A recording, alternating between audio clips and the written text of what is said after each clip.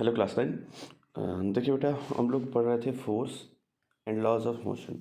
ठीक है ना। ये चैप्टर हम डिस्कस कर रहे थे force and laws of motion. ठीक है। अब इसमें यहाँ तक हुआ था, ये क्वेश्चन आप करें, अगर नहीं आता तो मैं विल टेल। नहीं, एक्चुअली मैं पूरे क्वेश्चन एक साथ इस चैप्टर के कराने वाला हूँ, इसलिए अभी मैं इसको छोड़ रहा हूँ। ये क्वेश्चंस एंड एग्जांपल्स टू, कुछ एग्जांपल्स भी मैंने छोड़े हैं क्योंकि वो उनकी लिंकिंग फिर आगे से थी, इस वजह से मैंने एग्जांपल्स और ये कुछ क्वेश्चंस छोड़ रहा हूँ मैं। ये अपने से आप ट्राई करें, अगर होता है तो बहुत अच्छी बात, नहीं तो आई विल एक्सप्लेन एवरीथिंग। ठीक है। तो सेकेंड लॉ ऑफ मोशन आज देखते हैं। सेकेंड लॉ ऑफ मोशन देखो, mathematically what is second law of motion. People say that F is equal m में, that is the second law of motion, that is force is equal mass into acceleration. But you can say that this is the conclusion of the second law of motion, second law of motion। मतलब second law of motion को और elaborate करके जब हम समझते हैं तो एक क्वेश्चन निकल के आता है, कैसे will see the first law of motion indicates that when an unbalanced external force acts on an object its velocity changes. अगर अनबैलेंस्ड फोर्स किसी ऑब्जेक्ट पर लगेगा तो इसकी वेलोसिटी चेंज होगी, that is the object gets an acceleration. Obvious सी बात है, जब हम किसी को धक्का देंगे अनबैलेंस्ड फोर्स से तो उसकी वेलोसिटी ऑब्वियसली बढ़ेगी, और जब वेलोसिटी बढ़ेगी या चेंज होगी, बढ़ेगी कहना थोड़ा सा गलत होगा क्योंकि फोर्स रोकने के लिए भी लगाया जा सकता है। तो ऑब्जेक्ट का एक्सेलरेशन में चेंज होगा। We would now like to study how the acceleration of an object depends upon the force applied to it and how it we measure a force. बात समझ में आई कि मतलब एक्सेलरेशन कैसे डिपेंड करता है फोर्स पर और हम कैसे मेजर करते हैं फोर्स को। ठीक है। Let us recount some observation from our everyday life. देखते हैं। During the game of table tennis, if the ball hits a player it does not hurt him. On the other hand, when a fast moving cricket ball hits a spectator it may hurt him. ठीक है ना। Why? A truck at rest does not require any attention when parked along a roadside, but a moving truck, even at a speed of as low as 5 metre per second, में kill a person standing in its path। तो ऐसा क्यों होता है, सब देखेंगे। A small mass such as a bullet may kill a person when fired from a gun। These observations suggest that an impact of by the objects depends on their mass and velocity। सीधा सीधा, जैसे gun से बंदूक से जब गोली निकलती है तो बहुत छोटी सी होती है, लेकिन वो आदमी को मार सकती है, जबकि उसका मास और कितना मतलब कम है, हाँ, लेकिन वेलोसिटी बहुत ज़्यादा।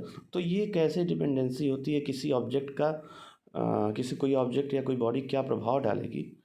ठीक है ना। उनकी मास और वेलोसिटी पर डिपेंड करती है। तो मास तो मान लो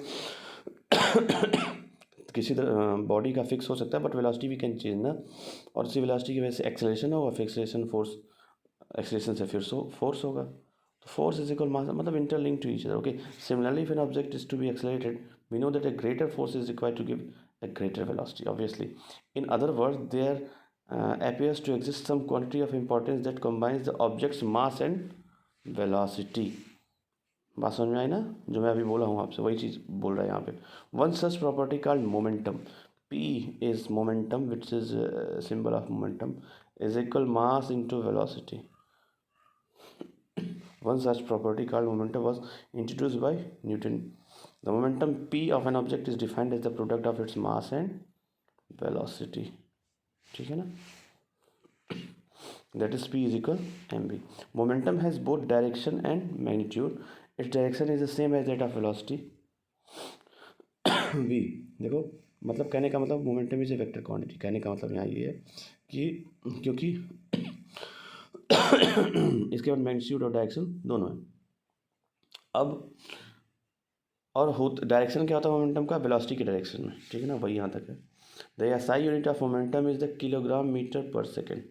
kilogram metre per second, this one, huh?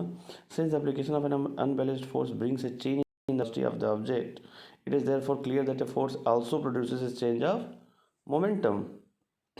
भाई आप खुद सोचो, मोमेंटम का फॉर्मूला m इंटू वी है, सॉरी, मोमेंटम का formula p is equal m into v है। तो फोर्स जब इस वेलोसिटी में चेंज ला सकता है, जब वेलोसिटी में चेंज लाएगा तो ऑटोमेटिकली मोमेंटम में चेंज नहीं हो जाएगा, क्योंकि इसकी वैल्यू चेंज होगी तो ऑब्वियसली इसकी पूरी की वैल्यू चेंज हो जाएगी, because p is equal m v. Okay. Change of momentum. Let us consider a situation in which a car with a dead battery is to be pushed along a straight road to give an speed of 1 meter per second, which is sufficient to start this engine. If one or two person give a sudden push, unbalanced force to it, it hardly starts. But a continuous push over some time results in the gradual acceleration of the car to this speed. ठीक है ना? It means that, इसका मतलब ये है कि the change of momentum of the car is not only determined by the magnitude of the force but also by the time during which the force is exerted. मतलब ये हुआ कि momentum केवल कितना हम फोर्स अप्लाई कर रहे हैं उससे चेंज नहीं मतलब नहीं, जैसे मान लो थोड़ा सा फोर्स बहुत कम समय के लिए लगाए तो मोमेंटम कुछ और होगा, वही फोर्स हम कॉन्टिन्यूस लगा रहे हैं तो मोमेंटम कुछ और होगा, क्योंकि वेलोसिटी में चेंज कुछ और होगी ना। फिर it may then also be concluded that the force necessary to change the momentum of an object depends on the time rate at which the momentum is changed. बात जो मैंने आपको बोली वही है, टाइम पे भी डिपेंड करता है, ठीक है, कि किस टाइम के हिसाब से वो चेंज हुआ। The second law of motion state that the rate of change, अब ये लाइन यहाँ से इंपॉर्टेंट है, रेट ऑफ स्टेट दैट, ये पूरी 3 लाइन यही आप लिखेंगे। मैथमेटिकल फार्मूला तो ये कंक्लूजन में आएगा, वो अलग बात है। क्या स्टेट करता है? The second law of motion state that the rate of change of momentum of an object is proportional to the applied unbalanced force in the direction of force. जो मैंने पूरा पैराग्राफ बताया उसी का ये क्रक्स मान लो आप है, और इसी के बेसिस पे फिर मैथमेटिकल डेरिवेशन ये आएगा। सी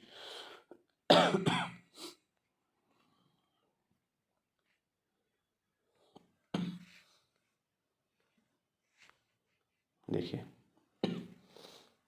कैसे मतलब, अच्छा suppose N object of mass m is moving along a straight line with an initial velocity u.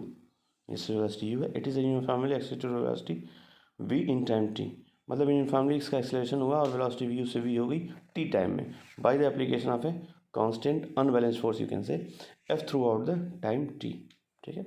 The initial and final momentum of the object will be क्या, p1 इनिशियल मान लो तो mu हो जाएगा, और p2 अगर final मान लो तो m v हो जाएगा, और चेंज इन मोमेंटम क्या हो जाएगा, p2 minus p1 means m we minus M u, अभी देखेंगे हमें, ठीक है ना। द चेंज इन मोमेंटम वही p2, change in momentum is M we minus M U, that is M common लिया, M we minus U. The rate of change of momentum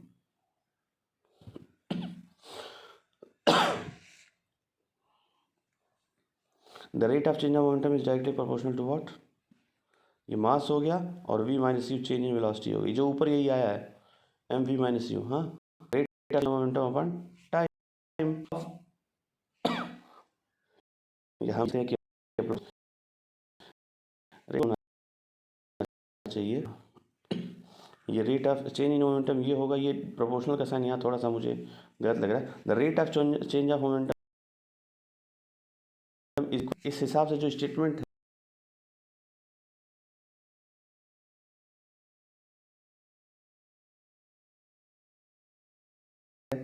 और फिर mass is constant, change in velocity, देखिए change in velocity with respect to time is acceleration ना। अच्छा एक चीज़ और देखो, जब प्रोपोर्शनलिटी हटाते हैं, क्या प्रोपोर्शनलिटी की साइन कहीं, तो वहाँ इक्वल आता है, और इक्वल आने के साथ साथ एक सेकेंड, ये प्रोपोर्शनलिटी की साइन हम हटाएंगे तो इक्वल आएगा, और इक्वल के साथ साथ एक की कांस्टेंट भी आता है, ठीक है ना, ये नेसेसरी। अच्छा इसके बाद मान लो कांस्टेंट ला के ये कर लिया, फिर क्या होगा, अब देखो ये के एम तो है इसमें भी, अब वेलोसिटी का चेंज टाइम के साथ होता है उसको क्या बोलते हैं, एक्सेलरेशन, तो इस पूरे की जगह ए लिख दिया के एम में, एफ इज इक्वल के एम ए, ठीक है। अब देखते हैं,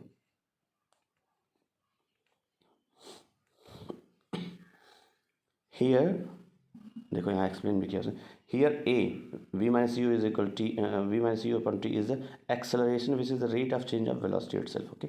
the quantity k is a constant of proportionality, जो मैंने बताया।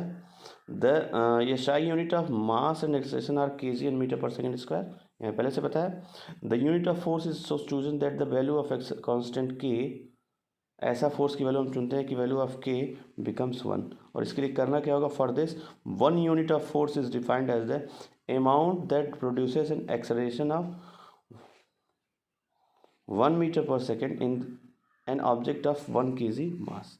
मतलब कहने का हुआ F इज इक्वल के एम में हुआ ना, तो 1 यूनिट का फोर्स अगर अप्लाई करेंगे, ठीक है, मास 1 kg होगा और एक्सेलरेशन भी 1 मीटर पर सेकेंड स्क्वायर होगा। तो इसकी वैल्यू भी 1, इसकी वैल्यू भी 1 और इसकी वैल्यू भी 1 अगर हो गई तो ऑटोमेटिकली के की वैल्यू 1 निकल के आ जाएगी। और यही में हमारा उद्देश्य था, ठीक है ना। देखो यहाँ ये 1 unit of force is equal के 1 तो दिस द वैल्यू ऑफ के बिकम्स 1 ऑटोमेटिकली। और अब के की वैल्यू जब 1 आ गई तो F इज इक्वल के एम में है, जब के की वैल्यू 1 आ गई तो यहाँ 1 पुट कर देंगे तो ये आ जाएगा F इज इक्वल एम में। यही हमारा सेकेंड लॉ ऑफ मोशन का मैथमेटिकल डेरिवेशन, ठीक है। अब द यूनिट ऑफ फोर्स क्या होगा, the unit of force is kg metre per second square, या न्यूटन से भी फोर्स को अगर एन से भी लिखते हैं, KG metre per second square से लिखते हैं, ठीक है। अब KG metre per second square कैसे है, इसका डेरिवेशन भी आप देख लो। The unit of force is this, या न्यूटन को तो एन से लिख देंगे, लेकिन KG metre per second square आया कैसा ये देखते हैं, ठीक है। Which was the symbol of, okay, हाँ न्यूटन का सिंबल एन होता है, ठीक है। तो यहाँ तक आप पढ़िए, ये न्यूटन तक, ये द से will discuss in the next class, probably after the examination. यहाँ तक आप एग्जामिनेशन के लिए तैयारी भी करिए, ठीक है ना।